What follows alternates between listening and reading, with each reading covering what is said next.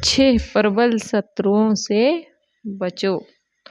कौन है हमारे छह प्रबल शत्रु? काम, क्रोध, लोभ, मोह, ईर्ष्या और मद, मत्सर।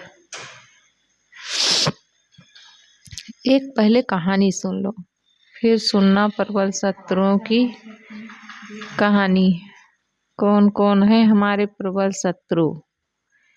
एक छोटी सी कहानी है, बहुत बढ़िया, जिसे आप लोग जानते भी हैं, लेकिन फिर से दोहरा लेते हैं हम लोग। सृष्टि निर्माण की पहली बार जब धरती पर मनुष्य आने लगे तो उन्होंने विधाता से आत्मोन्नति का साधन पूछा। सृष्टि निर्माण के पहली बार धरती पर जब मनुष्य आने लगे तो उन्होंने विधाता से क्या पूछा?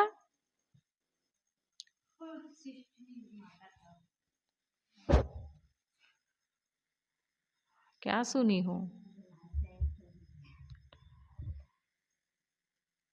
विधाता से आत्मोन्नति का मूल मंत्र पूछा।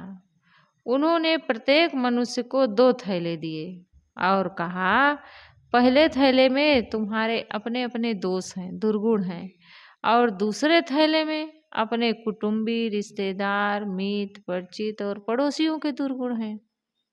पहले थैले में क्या है? अपना दोष है, दुख नहीं, दोष। ध्यान से सुनो, अपने दोष हैं, और दूसरे थैले में कुटुंबी, रिश्तेदार, मित्र, परिचित, पड़ोसियों के दुर्गुण हैं। लेकिन एक शर्त है कि अपना ही थैला पहले झांकना देखना, दूसरे का मत देखना। अपना ही थैला झांकना और दूसरे के थैले को भूल कर भी नहीं देखना। लेकिन मनुष्य इतना चालाक है कि उसके जैसे चालाक तो कोई है ही नहीं। बड़ा चालाक बना। उसने अपने दोष वाले पहले थैले के मुंह को अपनी आदतों रूपी रस्सी के टुकड़ों से कस कर बांधा। क्या किया? अपने दोष वाले थैले के मुंह को अपनी आदतों रूपी रस्सी के टुकड़ों से कस कर बांधा और सदा के लिए पीठ पर डाल लिया। कस कर उसका मुंह बांध दिया कि कभी उसमें से वो निकले ना। पीठ पर डाल लिया। कहाँ डाला? पीठ पर। और दूसरे थैले के मुंह को खोलकर उसमें सदा के लिए आनंद से झांकने लगा। मतलब उस थैले का मुंह खोल दिया। अपने वाले को तो बांध दिया, लेकिन दूसरे वाले को क्या किया? उसको खोल लिया और सदा के लिए आनंद से उसमें झांकने लगा। तब से लेकर आज तक वह उसमें झांक ही रहा है कि फलाने में ये दोष है, वो ऐसे हैं, वो ऐसे हैं। देखो तो अपने भीतर कितना भी भंगार भरा है उसको नहीं देखता है, लेकिन दूसरे को दोष देखने में बड़ा होशियार बन जाता है। अधिकतर मनुष्यों को सदैव अपने संपर्क में आने वाले मनुष्यों में दोष ही दिखाई देता है। उनकी दृष्टि दोषग्राही होती है, गुणग्राही नहीं। जैसी दृष्टि होती है वैसे ही दूसरों में प्रतिबिंबित होती है। वे उनके ही अपने दोष होते हैं जो दूसरों में दिखाई देते हैं। क्या होता है? अपने ही दोष रहते हैं जो दूसरों में उसको देखते हैं। अपने मन के प्रतिबिंब को दूसरों में देखते हैं। सोचते हैं कि जैसी हमारी, कबीर साहब ने नहीं कहा, जैसा बन है आपना वैसा बन है, और जैसे अपने भीतर रहता है वही आदमी दूसरों में देखता है। सोचता है कि वो भी वैसे हैं। वो अपनी ही दृष्टि को दूसरों में प्रतिबिंबित करता है। कहा भी गया है, दृष्टि रेव सृष्टि, यानी कि जैसी दृष्टि होती है वैसी ही सृष्टि होती है। भंवरे और मक्खी को किसी कमरे में छोड़ दीजिए, भरमर कहाँ बैठेगा? भंवरे को और मक्खी को छोड़ दीजिए एक कमरे में, तो भंवरा कहाँ बैठेगा?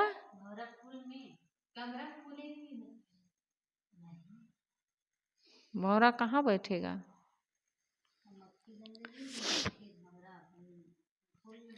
भंवरे फूल में बैठेंगे और मक्खी गंदगी पर बैठेगी। ये उनकी प्रकृति है, स्वभाव है, रुचि है।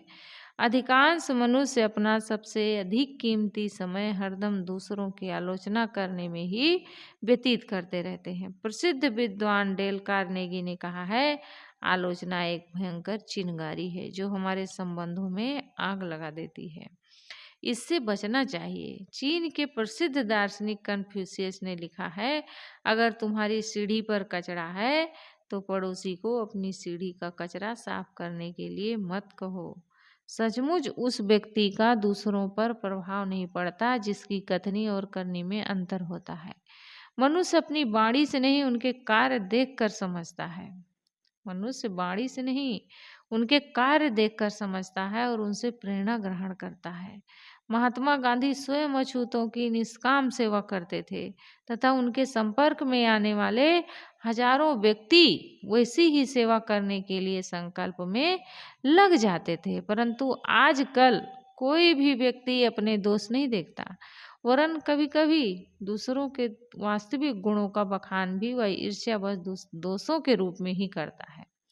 इतनी ईर्ष्या होती है कि दूसरे को गुणों को भी दोष बना देता है। किसी में सद्गुण है तो उसको दोष बना करके बताएगा। क्यों? क्योंकि भीतर तो ईर्ष्या भरी हुई है। तो जब हमें अपने दोष ही दिखाई नहीं देंगे तो उन्हें दूर कर सद्गुणों का विकास करने का कार्य कब होगा? जिसे यही मालूम नहीं है वो कहाँ है, उसे मंजिल कैसे दिखाई देगी? जिसको पता ही नहीं है वो कहाँ है तो उसे मंजिल कैसे दिखाई देगी? दिल्ली के चांदनी चौक में जाते हुए किसी व्यक्ति को रोक कर एक ग्रामीण ने पूछा, भाई साहब लाल किला कहाँ है? क्या पूछा ममता? कौन पूछता है?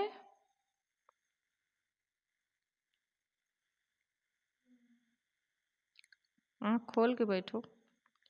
वो व्यक्ति झूमते हुए बोला, वो तो बाद में बताऊंगा। दिल्ली के चांदनी चौक में जाते हुए किसी व्यक्ति को रोककर एक ग्रामीण ने पूछा, भाई साहब लाल किला कहाँ है? वो व्यक्ति झूमते हुए बोला, वो तो बाद में बताऊंगा, पहले ये बता कि मैं कहाँ हूँ। उन्हें स्वयं भी पता नहीं है कि मैं कहाँ हूँ, तो क्या बताएंगे दिल्ली का लाल किला? क्यों? क्योंकि वो व्यक्ति नशे में धुत था। यही स्थिति हमारी है। हम हर एक में सदा दोष ही देखते रहते हैं। परिणाम स्वरूप हमारी प्रगति रुक जाती है और आत्मोन्नति रूपी मंजिल हमें कभी नहीं मिलती है। जो व्यक्ति दूसरे के पीछे केवल लग गया, प्रपंच में लग गया, तो क्या उन्नति करेगा? आत्मोन्नति उसकी नहीं हो सकती है, क्योंकि वो अपनी शक्ति को दूसरी जगह लगा रहा है। अब किसी को झूठ मूठ के हम कह भी दिए, अब उसको बहाना बनाने में कैसे अपनी बात को ऊपर करेंगे, कैसे सही सिद्ध करेंगे, या हम उस बात से कैसे निकलेंगे, उसमें हमारा दिमाग घूमने लगा। कोई हमारी गलतियों को जान न जाए, हमारी बुराइयों को जान न जाए। हमेशा किए हैं, कोई भी हो, सबके लिए हमारी भी यही बात है। कोई भी करेगा अगर, तो वो उसको फिर बहाना बनाने, उससे निकलने, अपनी बातों को ऊपर करने के लिए उसको उसमें फिर दिमाग लगाना पड़ेगा। तो जो आत्मोन्नति का ज्ञान ध्यान वैराग साधना है उसमें कहाँ मन जाएगा? गया ही नहीं। तो जो उन्नति पर चढ़ना था एक सीढ़ी, वो और नीचे एक सीढ़ी आ जाता है आदमी। तो आत्मरूपी मंजिल उसको नहीं मिल सकती है, क्योंकि उसमें अपनी गलतियों के परिणाम में उसकी जो प्रगति है वो रुक जाती है। प्रत्येक वर्ष जब दिवाली आती है तो मनुष्य स्टोर तक के जाले हटाता है। प्रत्येक वर्ष जब दिवाली आती है तो मनुष्य स्टोर तक के जाले हटाता है। मकान के कोनों तक का कूड़ा करकट इकट्ठा करके बाहर फेंकता है। दीवारों को रंग रोगन करवाता है। गंभीरता से सबको साफ करता है। पर्दे चद्दर बदलता है, धुलवाता है, नए साफ कपड़े पहनता है। हर तरफ स्वच्छता। दिवाली के दिन एक दिन पूर्व से ही सारा मकान जगमगा करता है, जगमग करता रहता है, चाहे वह विशेष वर्ग के मनुष्यों का हो या सामान्य जन का। पर चारों ओर की सफाई हर व्यक्ति करता है, परंतु कितने व्यक्ति हैं जो हर साल एक दिन के लिए भी अपने दिल के दोषों को देखते हैं और साफ करते हैं या प्रयत्न करते हैं? उंगली पर गिनने लायक भी नहीं ये संसार गुण दोषमय है। रात दिन, हानि लाभ, जीवन मरण, सुख दुख, अमृत विष, दुर्गुण दुराचार, राक्षसत्व और देवत्व, हर व्यक्ति में गुण और दोष रहते ही हैं। संसार का नियम ही है रात और दिन, हानि और लाभ, जीवन और मरण, सुख और दुख, अमृत और विष। कहा भी है, तेरे भावे कुछ करो, भलो बुरो संसार, नारायण तू बैठकर अपनो भवन बुहार। तेरे भावे कुछ करो, भलो बुरो संसार। संसार तो भला और बुरा है, और संसार में चीजें भी भली और बुरी हैं। अब तुम्हें जो भावे वो करो। मन हो तो संसार से अच्छाई ग्रहण करो, मन हो तो संसार से दोष ग्रहण करो। साहब क्या इसमें क्या कह रहे हैं, नारायण तू बैठकर अपनो भवन बुहार। अपनो भवन मतलब हाँ, अपने अंतःकरण को बुहारो, ज्ञान ध्यान सत्संग स्वाध्याय की बुहारी लेकर के। रात दिन दूसरों की निंदा स्तुति को छोड़कर कुछ क्षण के लिए एकांत में ध्यान से बैठें और अपने मन में झांक कर काम क्रोध लोभ आदि दुर्गुणों को ढूंढें, देखें। जिसे स्वच्छता में लक्ष्मी का वास है, ऐसे ही निर्मल मन में ही ईश्वर का आगमन होता है। निर्मल मन जन सो मोहि पावा। निर्मल मन जन सो मोहि पावा। निर्मल मन में ही तुम मुझे पा सकते हो। मोहि कपट छल छिद्र न भावा। अपने दिल के दोषों की सफाई में लगे। फारसी का एक प्रसिद्ध शेर है, दिल का हुजरा साफ कर आना की जाने के लिए, ध्यान गैरों का हटा उसको बिठाने के लिए। कुछ तिकड़मों से, गलत साधनों से दुर्गुण रहते हुए भी हमारी आभासी भौतिक प्रगति चाहे हो भी जाए, कुछ तिकड़म से या गलत साधन से दुर्गुण रहते हुए भी हमारी भौतिक प्रगति चाहे हो भी जाए, परंतु सन्मार्ग सत्कार सद्गुणों से ही हमारी यथार्थ उन्नति होगी। शांति की, प्रभु के नैकट्य की अनुभूति होगी। हमारी अधिकतर उम्र निद्रा भय मैथुन आहार आदि में लिप्त रहते हुए पशुवथी निकल गई। बच्चों को लिखाया पढ़ाया, शादी ब्याह किए, पोते देते हो गए। धन के पीछे ही और वस्तुओं के संग्रह तथा भोगों के पीछे ही प्यासे हरिण के समान दौड़ते रहे, और तृष्णा आज तक शांत नहीं हुई। अब तो शांत बैठकर आत्मनिरीक्षण आत्मलोचन करें, अपने काम क्रोध आदि दुर्गुणों को कम करें, कुछ शांति का अनुभव करें। अब तो चेतें, जब जागे तभी सवेरा। नारायण कभी चेता रहे हैं, बहुत गई थोड़ी रही। नारायण अब चेत, काल चिरैया चुग रही, निस्दिन आयु खेत। बहुत गई थोड़ी रही, नारायण अब चेत, काल चिरैया चुग रही, निस्दिन आयु खेत। आत्मनिर्माण या आत्मोन्नति की पहली सीढ़ी है अपने दोषों को तटस्थ भाव से देखना, सच्चे मन से अनुभव करना। दूसरी सीढ़ी है दोषों को दूर करने का दृढ़ संकल्प लेकर तुरंत प्रयत्न प्रारंभ कर देना। पहली सीढ़ी क्या है? अपने दोषों को तटस्थ भाव से देखना, सच्चे मन से अनुभव करना। और दूसरी सीढ़ी क्या है?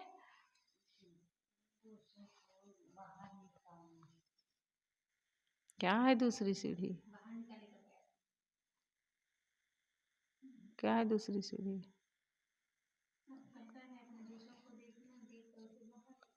वो दूसरी सीढ़ी का है?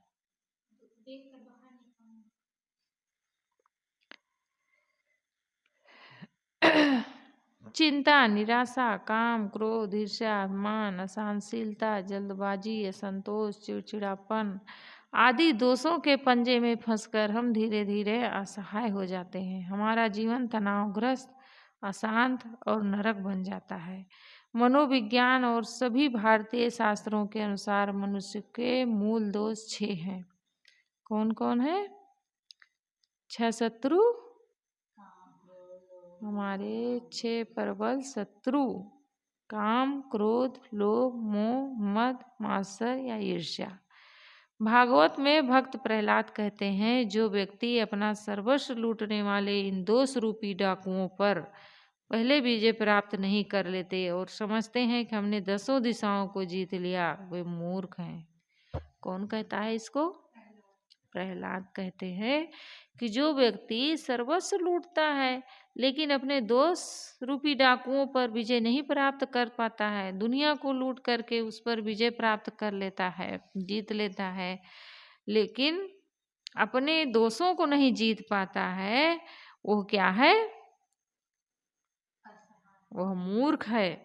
वस्तुतः जिस ज्ञानी और जितेंद्रिय महात्मा को है, सुनो तो ध्यान से, जिस ज्ञानी और जितेंद्रिय महात्मा को समस्त प्राणियों के प्रति समता प्राप्त हो जाती है, उसी के अज्ञान जनित शत्रु मरते हैं, फिर उसके बाहर के शत्रु तो रहे ही कहाँ। आइए इन शत्रुओं के कम करने का पर विचार करें।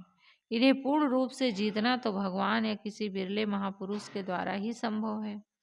काम, जब तक काम से सहज वैराग्य नहीं हो जाता तब तक बलपूर्वक दमन करने का घातक परिणाम हो सकता है। पुराणों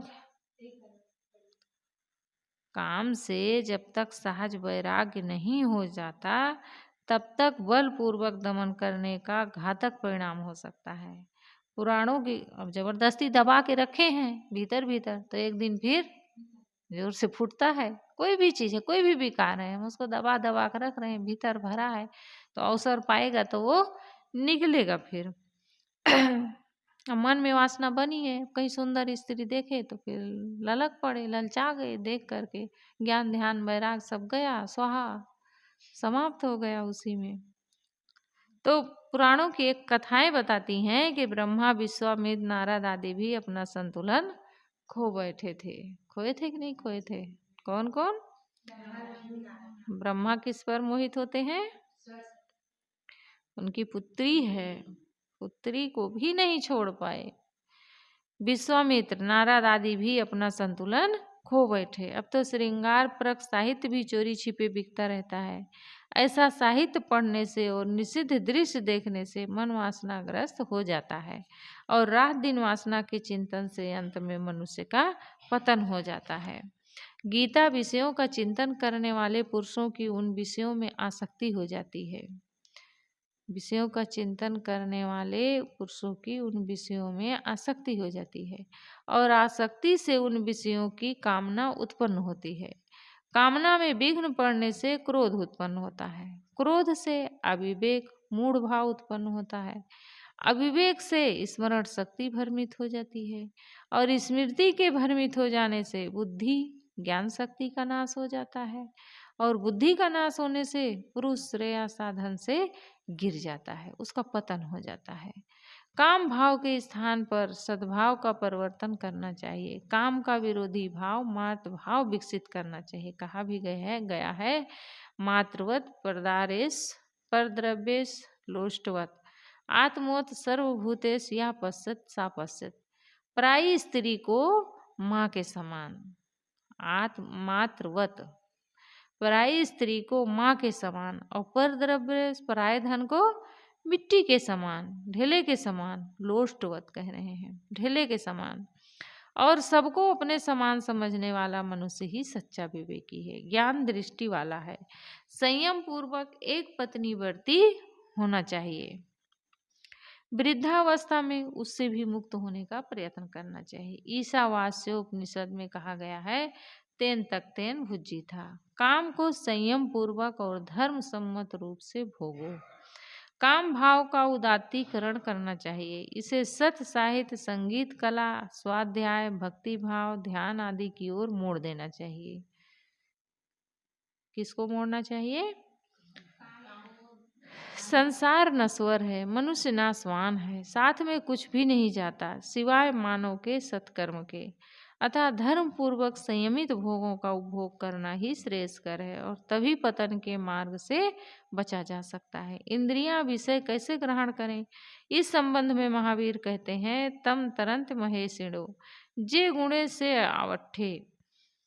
जल लहरों वाला हो तो बड़े बड़े जहाज किनारे पर लग जाते हैं। जल लहरों वाला हो तो बड़े बड़े जहाज किनारे पर लग जाते हैं, लेकिन आवर्त भंवर वाला हो तो बड़े बड़े जहाज भी डूब जाते हैं।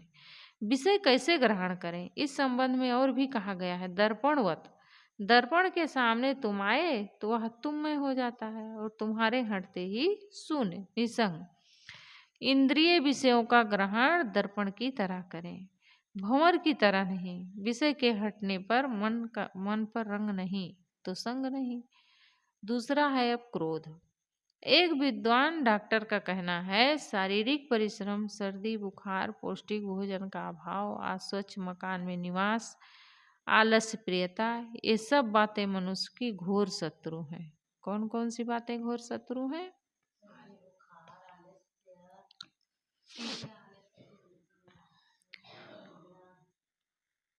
शारीरिक परिश्रम, सर्दी बुखार, पौष्टिक भोजन का अभाव, अस्वच्छ मकान में निवास, आलस्य प्रियता, ये सब बातें मनुष्य की घोर शत्रु हैं, परंतु कोई भी इतना हानिकारक नहीं है जितना कि क्रोध। वाल्मीकि रामायण में कहा गया है, क्रोधा प्राण हरा, शत्रु क्रोधो मित्र मुखो रिपु, क्रोधो हर्ष मृहाति क्षणः, सर्व क्रोधोस कर्षति, तप्ते यजते च यच दानम प्रयच्छति, क्रोधेन सर्व हरत तस्मात् क्रोधम विसर्जते। क्रोध प्राण हरण करने वाला शत्रु है। क्रोध प्राण हरा, क्रोध प्राण हरण करने वाला शत्रु हो। क्रोध मित्र मुखो रिपु, क्रोध मुंह पर मीठा बोलने वाला बैरी है। क्रोध महती क्षण तलवारा, क्रोध सब प्रकार से गिराने वाला है। क्रोध तप, यज्ञ और दान सभी का हरण कर लेता है। अतएव क्रोध छोड़ देना चाहिए। चिड़चिड़ाहट क्रोध का हल्का रूप है और क्रोध ही पककर या स्थायी होकर बैर बन जाता है। क्रोध मनुष्य को उद्विग्न बनाकर उसकी विवेक शक्ति का नाश कर देता है। तब न बोलने वाला मनुष्य भी अमर्यादित बोल देता है। अपशब्द या गाली गलौज इसका निकृष्ट रूप है और मारपीट क्रोध का निकृष्टतम रूप है। अतः क्रोध से बचना चाहिए। जब हमें किसी पर क्रोध उत्पन्न होने लगे तो सामने वाले जिस पर क्रोध भाव है, सामने वाले को छोड़कर एकांत स्थान पर चले जाना चाहिए। शरीर को शिथिल छोड़ देना चाहिए और लंबे सांस लेना चाहिए। कुछ समय तक मन में भगवान नाम लेना चाहिए। मौन धारण कर लेना चाहिए। इससे उत्तेजना शांत हो जाएगी और क्रोध चला जाएगा। जब हमारी प्रिय वस्तु टूट जाए, खो जाए, नष्ट हो जाए तो शांत चित्त से सोचना चाहिए सभी पदार्थ नश्वर हैं। उनके अधिक मोह से बचना चाहिए। फिर गलती तो हर एक से होती है, हमसे भी, तो पारिवारिक सदस्यों पर क्रोध क्यों करें। क्रोध प्रकट हो जाए तो हमें पश्चाताप करना चाहिए। जितना अधिक क्रोध उतनी ही गलानी पश्चाताप।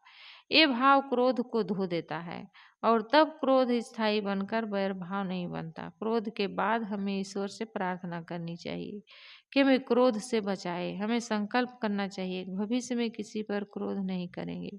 ईश्वर हमें शक्ति प्रदान करे। इस प्रकार हरदम सद्भाव का चिंतन करने से, मानव स्वभाव का मनोविज्ञान समझने से, पदार्थ से, अनासक्ति से और पश्चाताप आदि करने से क्रोध संयमित हो जाता है। इस दिशा में हमें सतत जागरूक रहकर प्रयत्नशील रहना चाहिए। तीसरा है लोभ। सन्मार्ग या सतपथ पर चलने वाले मनुष्य को पथ से डिगाने के लिए व्यक्ति या तंत्र दो कार्य करते हैं, भय और लोभ। भयभीत होकर व्यक्ति सत्य की राह छोड़ देता है या पद पैसे के लोभ में सन्मार्ग पर चलना बंद कर देता है, पर लक्ष्य पर वही पहुंचता है जो निर्भय और निर्लोभी है। परंतु लोभ रहित वही होगा जो निर्भय होगा, क्योंकि भविष्य के भय से भी व्यक्ति पदार्थों का, पैसे का संग्रह करता है। डरते नहीं है, बुढ़ापा में कहाँ से पाएंगे, इसलिए जमा कर करके रखते हैं। भय ही तो है, वो कहाँ पाएंगे। तो पैसे का संग्रह करता है। हनुमान निर्भय भी है और लोभ रहित भी। सुंदर कांड में वे पर्वत से उड़ान भरकर आकाश मार्ग में राम के बाण के समान एकाग्रचित और द्रुत गति से चले तो मार्ग में सबसे पहले लोभ आया। सोने से निर्मित मैनाक पर्वत, उसने रुक कर विश्राम करने की प्रार्थना की। किससे?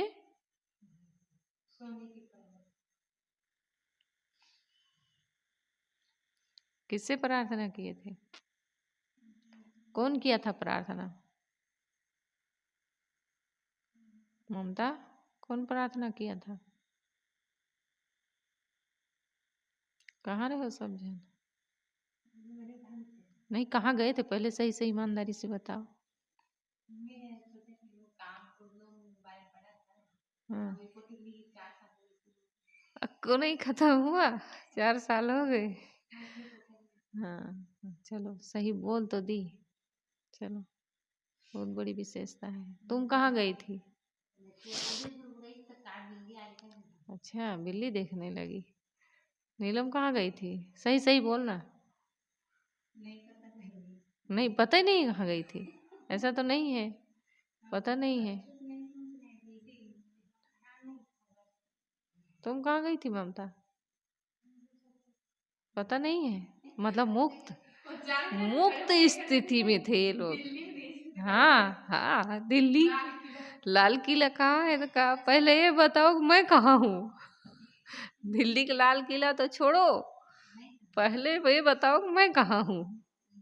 तो अब इसको छोड़े कि कौन प्रार्थना किया था हनुमान जी से, इसको छोड़ो, पहले बताओ मुझे पता ही नहीं हम कहाँ थे ना। ऐसा है, इतने मुक्त पुरुष हमारे यहाँ रहते हैं, बहुत बड़ी विशेषता है भाई। सुंदर कांड में पर्वत से उड़ान भरकर आकाश मार्ग में राम के बाण के समान एकाग्रचित और द्रुत गति से जब चले हनुमान जी, तो मार्ग में सबसे पहले लोभ आया। सबसे पहले लोभ आया, जो सोने से निर्मित मैनाक पर्वत उसने रुक कर विश्राम करने की प्रार्थना की हनुमान जी से कि आप यहीं पर। हाँ, परंतु न हनुमान जी रुके और न विश्राम लिया। क्यों? जान रहे थे ना ये हमें फंसाने का तरीका है, कहीं इसके लोभ में हम पड़ गए तो वहाँ लक्ष्मण के प्राण चले जाएंगे। तो न हनुमान जी रुके और न विश्राम लिया और न विरोध किया, उसे स्पर्श करके आभार व्यक्त किया, प्रणाम किया और कहा कि राम कार्य में विश्राम का अवसर नहीं है। हनुमान तहि परसा कर पुन कीन्हा प्रणाम, राम काज कीन्हे बिनु मोहि कहाँ विश्राम। क्या कहा हनुमान जी ने? हाँ, ऐसे हमारे भी मार्ग में, साधना के मार्ग में भी बहुत से रोड़े आएंगे। कहीं ऊंची गद्दी शोभेगी, कहीं जय जय जय जय होएगी, तू मान प्रतिष्ठा पाकर नहीं भुलाना, ये मोक्ष मार्गी संभल संभल कर जाना। बहुत से आएंगे हमारे मार्ग में भी रोड़े, लेकिन हमें उन सबको पार करना है। हम जब तक अपना काम नहीं कर लेते हैं तब तक हमें इन सब चीज़ों की ज़रूरत नहीं है। अभी हम उस ऊंचाई तक पहुँचे नहीं हैं और महंत बनने का शुरू कर दिए, सपना देखने लगे और अभी साधना ध्यान गुरु की सेवा किए नहीं, और सच्चे एक शिष्य तो बन नहीं पाए और महंत बनने का सपना शुरू हो गया। तो पहले हमें वहाँ तक पहुँचना है, उतना करना है। अभी उस ऊंचाई पर हम चढ़े नहीं और शुरू कर दिए शिष्य बनाने को, तब फिर क्या होगा? वो शिष्य लोग कुछ दिन में आज तो आएंगे, दे देंगे मान सम्मान पूजा प्रतिष्ठा, उसके बाद में जब देखेंगे कि गुरु में तो कोई गुण है ये नहीं है, तो क्या कहेंगे? दोस्त देखने लगेंगे। तो गुरु का जीवन नरक बन जाता है। फिर उन्हीं के राग द्वेष में गुरु भी फिर लगे रहते हैं, हमें ऐसा कहा वैसा कहा, हमारी सेवा नहीं किया, हमारी बात नहीं माना। यही तो होता है, क्योंकि अभी हम पूर्ण नहीं हुए हैं। तो हनुमान जी ने क्या कहा?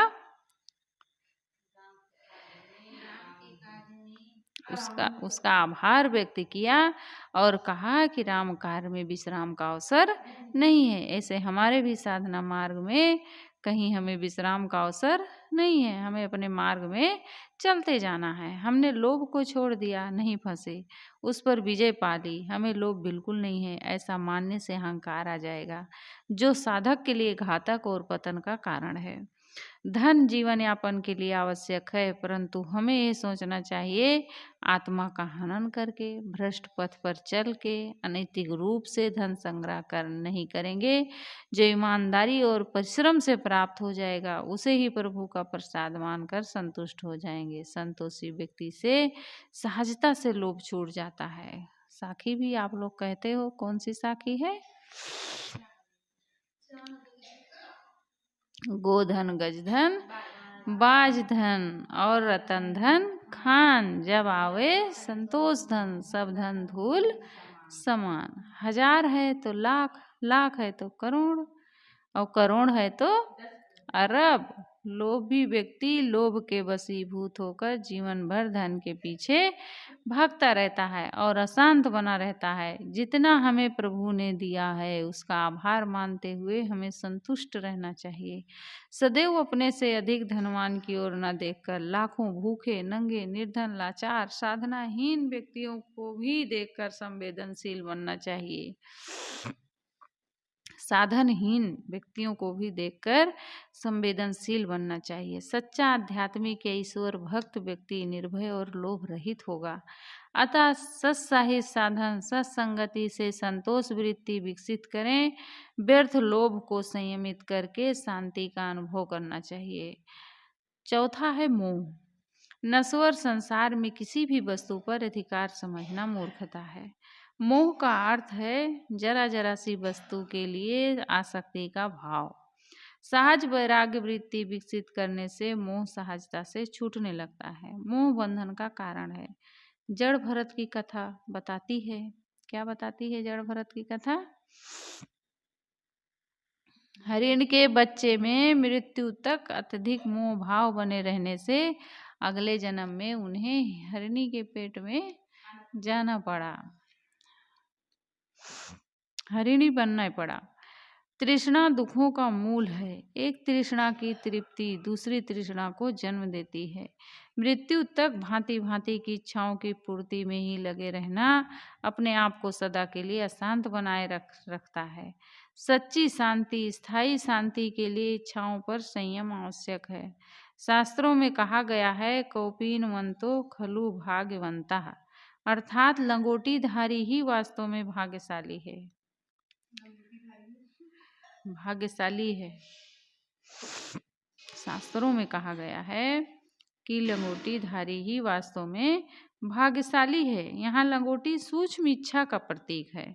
मात्र विशेष स्थान ढकने योग्य ही कपड़े का टुकड़ा जिसने अपने जीवन की आवश्यकता लंगोटी जितनी सूक्ष्म कर ली, जो सहजता से प्राप्त हो जाए, उसे ही शांति का अनुभव प्राप्त हो सकता है। इच्छाओं के जाल में जीवन भर फंसे हुए व्यक्ति को नहीं, मेरी कहलाने वाली कोई भी वस्तु सदा हमारे साथ नहीं रहती, उसके मोह का त्याग कर देना चाहिए। जो वस्तु अपने से अलग होती है वह अपनी नहीं होती, अलग वही वस्तु होती है जो वास्तव में अपने से अलग है। मनुष्य संसार में जितनी वस्तुओं को अपनी मानता है उतना ही पराधीन रहता है, परंतु परमात्मा को अपना मानने से वह स्वाधीन हो जाता है, शांत हो जाता है। कहा भी गया है, पराधीन सपने सुख नहीं। वास्तव में हम घर में रहने से, गृहस्थी में रहने से नहीं फंसते, वरन घर को अपना मान लेने से फंसते हैं। हमें आत्मिक शांति के लिए बिना कोई अपेक्षा किए सेवा भाव से गृहस्थी में सबका पालन करना चाहिए। अपेक्षा की पूर्ति न होने से दुख, उद्वेग और अशांति होती है। धीरे धीरे सत्साहित साधना और सत्संगति से अनासक्ति भाव को विकसित करके मोह को संयमित करना चाहिए। 5वां है मद। मद का साधारण अर्थ है अहंकार या घमंड। मनुष्य को प्रायः धन, रूप, विद्वता, पद, प्रतिष्ठा, शक्ति आदि का अभिमान होता है। हमें ये सोचना चाहिए, एक क्षण क्षण परिवर्तनशील संसार में सब वस्तुएं भी सदा के लिए स्थिर रहने वाली नहीं है। आज का धनवान कल कंगाल हो सकता है, युवा रूपवान वृद्ध होकर यौवन खोएगा, सत्ता का पद भी आता जाता है। संसार में एक से एक विद्वान है, फिर हमारी विद्वता की क्या औकात। ईश्वर की सब संतान है, सब समान है। ऐसा समता भाव विकसित करने से अहंकार संयमित होता है। भक्ति में तो अहंकार ही सबसे बड़ा बाधक है। अहंकारी प्रभु प्रेमी नहीं हो सकता। भक्ति में तो दीनहीन या विनम्र व्यक्ति ही प्रभु को पा सकते हैं। फल आने पर वृक्ष की डालियां झुक जाती हैं, ऐसे ही गुण आने पर व्यक्ति विनम्र बन जाता है। विनम्रता महापुरुषों का पहला गुण है। शास्त्र कहते हैं ज्ञान मुक्त करता है, परंतु ज्ञान का अभिमान मनुष्यों को नरक में ले जाता है। स्वार्थ और अभिमान का त्याग किए बिना मनुष्य श्रेष्ठ नहीं बन सकता। जब तक स्वार्थ और अभिमान है तब तक किसी के भी साथ प्रेम नहीं हो सकता, चाहे व्यक्ति हो या ईश्वर। राम को तो केवल प्रेम प्यारा है, अहंकार नहीं। तभी प्रभु राम केवट निषाद सबरी को अपनाते हैं, निर्मल भक्ति देते हैं। राम ही केवल प्रेम प्यारा, जान लेऊ जो जानन हारा। अहंकार भौतिक और आध्यात्मिक प्रगति दोनों में ही बाधा का है। अहंकार किसी भी क्षेत्र में आया और प्रगति रुकी। महात्मा गांधी इस संबंध में कहते हैं, प्रभु की प्राप्ति में सबसे बड़ा बाधक क्या है? अहंकार। और सबसे बड़ा साधक क्या है? विनम्रता। भक्ति में इसे ही दैन्य कहते हैं। अहंकार एक ऐसा पर्दा है जिसके नेपथ्य से कमजोरियां छिपी हैं, जिसके नेपथ्य में कमजोरियां छिपी हैं। अहंकार रूपी जिस खाल को ओढ़कर हम अपने आप को शेर समझ रहे हैं, यदि उसे उतार कर देखें तब मालूम पड़ेगा उसके नीचे हम गीदड़ हैं। इस दृष्टि से पाश्चात्य विद्वान रोज फूके का कथन द्रष्टव्य है। अहंकार का हमें इतना ही लाभ होता है कि हम अपनी कमियों को छिपा लेते हैं। अहंकार का कितना लाभ होता है? महात्मा सुकरात का कथन भी संबंध में विचारणीय है। यदि आपको अपने में अहंकार पैदा करने वाली कोई बात दिखाई दी हो तो तनिक और नीचे उतर कर देखिए, वहां आपको अपना सिर नीचा कर देने वाली बहुत सी बातें नजर आएंगी। अहंकार की घोर तपन नम्रता और प्राणी सेवा के शीतल जल से ही सने सने शांत होती है। अहंकार की तपन किससे शीतल होती है? नम्रता और प्राणी सेवा से। दादा धर्माधिकारी का कथन है, सेवा से घमंड का नाश होता है, आत्मा को सुख शांति प्राप्त होती है, इससे अपने में विनम्रता आती है। जब भी अहंकार उत्पन्न होने लगे हमें विशालता और महानता से तुलना करनी चाहिए। तत्काल हमें अपनी क्षुद्रता का भान होगा, हमारा अहंकार भी विलीन होने लगेगा। हाफिज कहते हैं, जिस महफिल में सूरज का एक कण के समान माना जाता है वहां अपने को बड़ा समझना निरी मूर्खता है। विश्व के सभी धर्मों का लक्ष्य अहंकार नष्ट करना ही है। यह नष्ट होते ही हिंसा, स्वार्थ, युद्ध स्वतः ही नष्ट हो जाएगा। स्वामी विवेकानंद कहते हैं, तुम्हारे क्षुद्र अहंकार को समूल नष्ट करके तुम्हें विश्वव्यापी बनाने के एकमात्र ध्येय की खातिर सब धर्म कल्पनाएं उत्पन्न हुई हैं। अहंकार की समाप्ति के संबंध में योग वशिष्ठ का कथन भी विचारणीय है। अहंकार रूपी मेघ के हट जाने पर चैतन्य रूपी सूर्य के दर्शन होते हैं।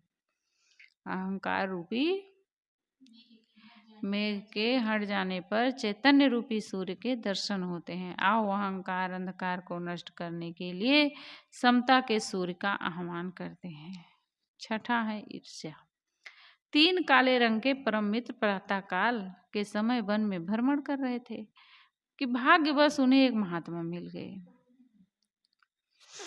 3 काले रंग के परम मित्र प्रातःकाल के समय वन में भ्रमण कर रहे थे। भाग्यवश उन्हें एक महात्मा मिल गए और उन पर अकारण कृपालु हो उठे। महात्मा ने कहा, बेटों एक एक वर मांग लो, मैं अपने योग बल से तत्काल पूर्ण कर दूंगा। पहला मित्र बोला, मुझे परम धनवान बना दो। तत्काल उसके सामने बंगला, कार और हजार हजार के नोटों की गड्डियां प्रकट हो गईं। तब दूसरे मित्र ने कहा, मुझे विश्व की परम सुंदरी से विवाह करवा दीजिए। तत्क्षण परम सुंदरी प्रकट हो गई और उसने वरमाला मित्र के गले में डाल दी। ये सब देखकर तीसरे मित्र ने कहा, हे स्वामी जी, हम तीनों मित्रों को पहले जैसा ही बना दो। अब क्या करे, वही एक चारे था। तत्काल ही वे तीनों मित्र पहले की तरह ही काले रंग के हो गए। वे महात्मा प्रभु कीर्तन करते हुए तत्काल अंतर ध्यान हो गए। ये लघु कथा दोनों परम मित्रों के प्रति तीसरे मित्र की घोर ईर्ष्या की भावना को प्रकट करती है। ईर्ष्या मानव मन का हे भाव है। ये दोष अपने से किसी को अधिक धनवान, रूपवान, गुणवान, विद्वान, पद प्रतिष्ठावान देखकर उत्पन्न होता है और दिल में जलन पैदा कर देता है। यह एक आंतरिक आग है जो दूसरे की बढ़ती देखकर भीतर ही भीतर हमें जलाती है।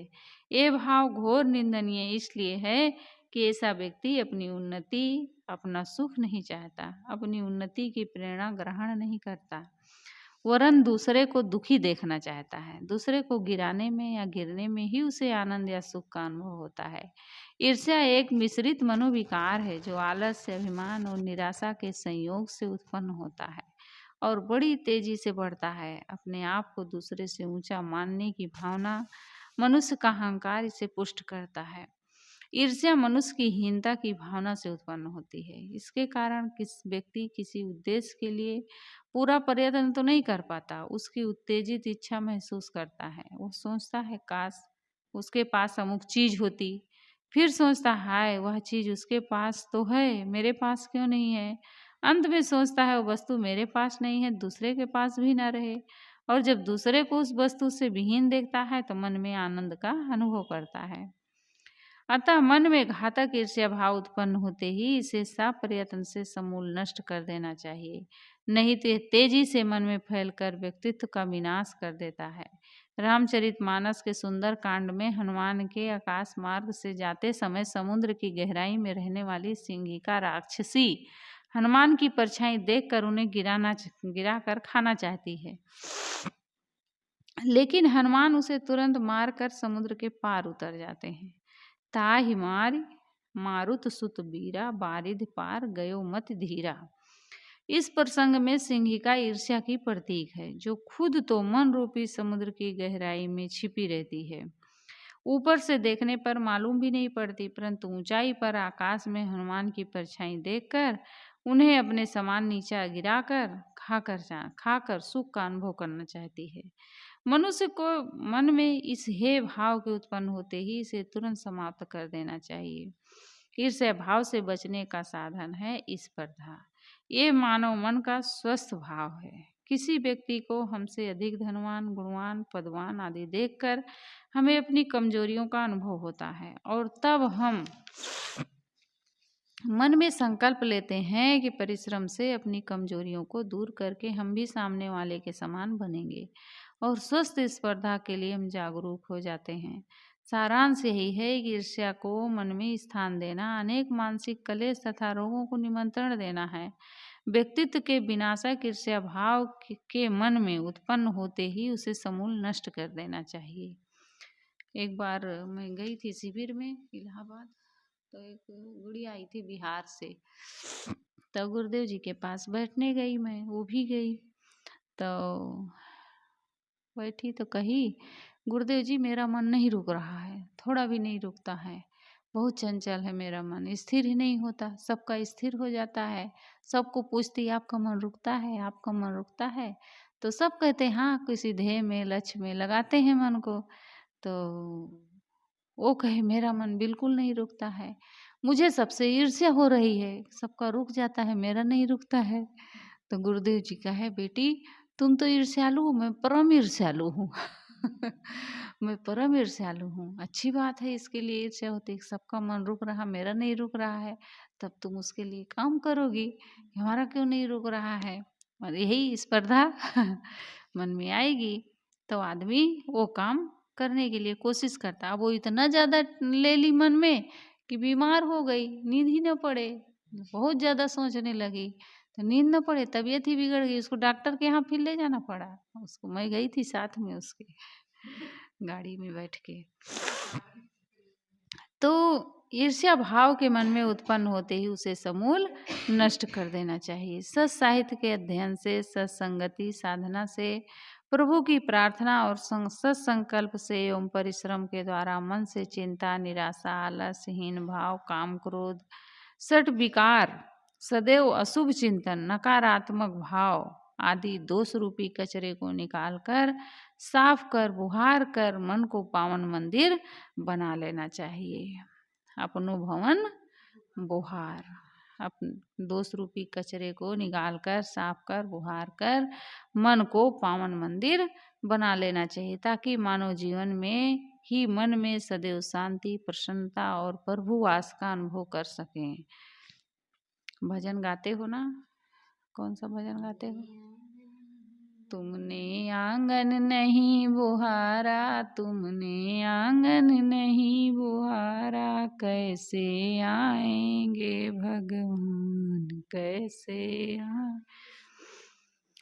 अब तक गंदा पड़ा दुआरा, अब तक गंदा पड़ा दुआरा, कैसे आएंगे भगवान कैसे आएंगे भगवान।